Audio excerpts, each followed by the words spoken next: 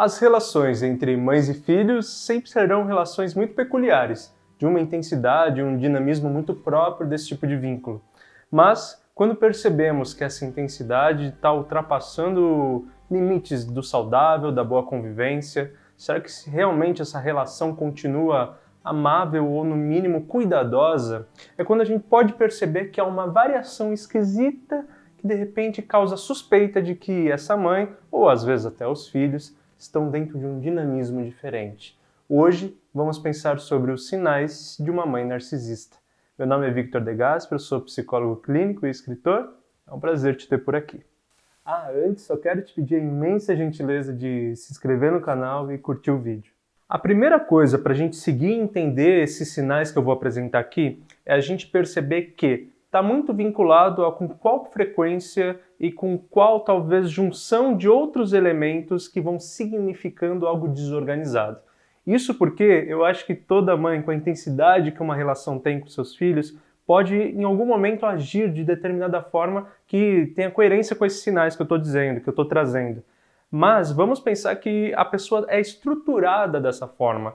E a partir então dessa estrutura, ou seja, dela agir sempre assim, isso ser parte dela e não uma exceção, que a gente começa a caracterizar e ter esse olhar mais de uma mãe narcisista. Tá bom? Combinado? Então vamos lá. O primeiro sinal: eterniza a relação de domínio. Olha que interessante isso, né? Quando temos o bebê, a criança pequena, a mãe tem o domínio, sim, sobre o cuidado, sobre a gestão daquela vida. E a partir do momento então que cresce, essa gestão vai tendo que ser afastada, né? Abrindo um pouco mão disso. De determinada forma, o domínio é uma forma de controle, é uma forma de fazer com que aquilo siga os passos ao qual você escolheu, você como mãe, né? Então, eternizar a relação de domínio é comum de uma mãe narcisista que está pensando em, para ela, como que eu condiciono, eu continuo condicionando que este filho, esse humano que cresceu e pode estar saindo do seu domínio, continue no seu domínio. Quando eu falo eterniza a relação de domínio, é que ela exige, ou pensa, ou atua de uma forma dessa, para propor isso. Se aceita, se dá certo ou não é outra história, mas ela propõe que a relação de domínio esteja sempre presente.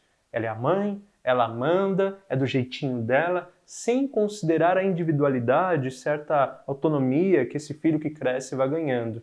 Então, eternizar a relação de domínio nesse ponto de sofrimento mesmo, de impedir essa criança que cresça, impedir que ela ganhe seus próprios conceitos, suas próprias ideias, e mais do que isso, que se tornem grandes crises, grandes tensões, a gente começa a ver essa mãe que só está pensando em como que ela mantém o domínio. Claro que internamente, psiquicamente, traz ali um alívio ou um benefício próprio.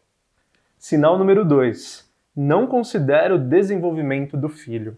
Aqui a gente tem duas nuances, né? Pode ser como a anterior, que disse que não vou considerar o desenvolvimento no sentido de quero aqui, quero perto, não quero que se vá, quero que seja para mim, né? Dentro do meu espaço, dentro do meu domínio, como dissemos, mas também até no sentido de não tô nem aí, não importa. Eu vou propor, eu vou mandar, vai ser do jeito que eu quero. Se isso atravessa e atrapalha os planos desse filho, não se incomoda, não liga. Ou seja, a prioridade continua sendo a instância mãe e a instância filho sempre secundária, ou se é considerado em algum nível, mas sempre é muito posterior à prioridade do seu próprio benefício, do seu próprio pensar como mãe.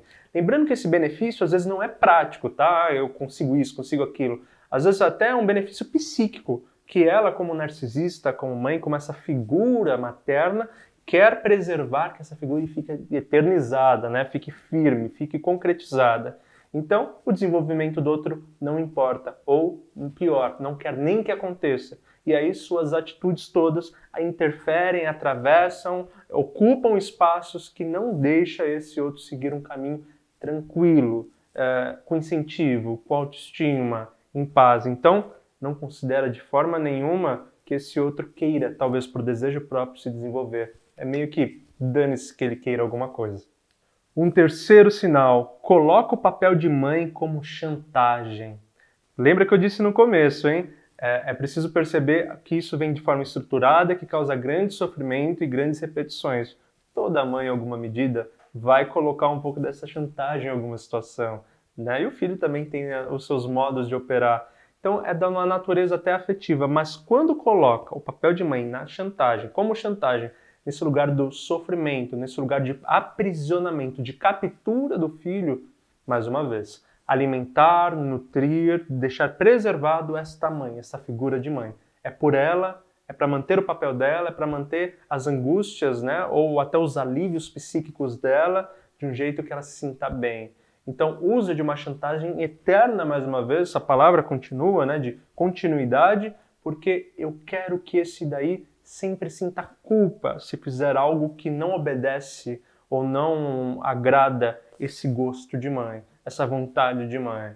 Então, fica numa chantagem através aí do emocional que aprisiona mesmo, captura, né? Coloca como um eterno filho, esse filho mais infantilizado, que precisa estar perto, que não sai daqui, que faz tudo o que eu quero. Mais uma vez, esse narcisismo dando conta de artimanhas, né, psíquicas, estratégias emocionais para alimentar o seu próprio desejo. E quarto sinal, simboliza o filho como um peso. Olha só que delicado isso. E por que eu estou usando a palavra simboliza?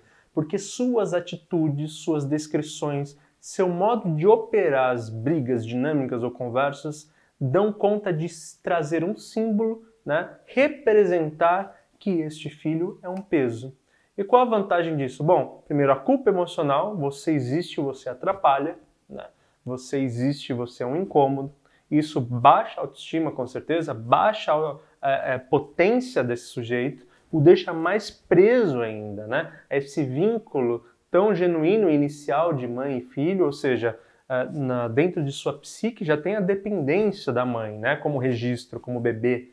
E aí cresce e o registro atualizado de agora você cresceu e pode ir, vai sendo desativado. É um peso, é incompetente, não é bom em nada, né? Atrapalha. E, logicamente, isso é uma forma também de domínio, de captura, de sequestro da individualidade e da potência desse outro ser. Então, é sempre uma descrição penosa, né? Uma descrição raivosa, uma descrição incômoda, ferida, violenta sobre esse filho. Ao ponto, então, como dissemos, impossível de abraçar, contemplar, elogiar pontos positivos que possam haver, porque isso seria dar potência para que ele cresça, para que ele vá, para que ele se condicione a outros capítulos da história. E esta mãe narcisista não quer outros capítulos da história para esse filho. Ela quer que o capítulo continue sendo ele e sua mãe. Galera, quando a gente fala de narcisismo, a gente pode estar falando de uma estrutura psíquica que se condensou assim, a gente pode estar falando de uma pessoa que teve muitas feridas internas, onde o narcisismo se tornou um recurso para ela sobreviver, para ela existir, para ela se impor, ou até para ela reagir às feridas que tem. Mas, de toda forma, claro que é algo disfuncional, é claro que é algo que fere, e claro que é algo que exige muita força psíquica para dar conta. E, aliás, não é para dar conta desse jeito, não é para deixar que aconteça. Claro que exige uma luta, né? A terapia, seus processos, algum grau de afastamento, algum grau de ruptura, algum grau de enfrentamento, mas é algum grau, né? Sempre tem um limite, um meio termo, para também não te desgastar demais, ao mesmo tempo para que você desenvolva suas potencialidades. Então, não é fácil, mas é preciso conscientizar esses sinais, você pode perceber outros, para ficar atento e perceber, porque é comum que através de todas essas misturas e manejos, né, emocionais, você se sinta errado, o filho se sinta errado, né? O filho se sinta despotente, um erro, um fracasso, quando na verdade tem toda ali uma indução que condiciona para que se sinta assim e assim esteja sempre no domínio do bel prazer desse narcísico, né? Dessa narcísica. Então a reflexão é sempre importante para ganharmos a liberdade interna, né? A liberdade emocional. Muito obrigado por confiar nas minhas palavras até aqui, por ter ouvido, por ter chegado, por ter confiado em tudo que disse.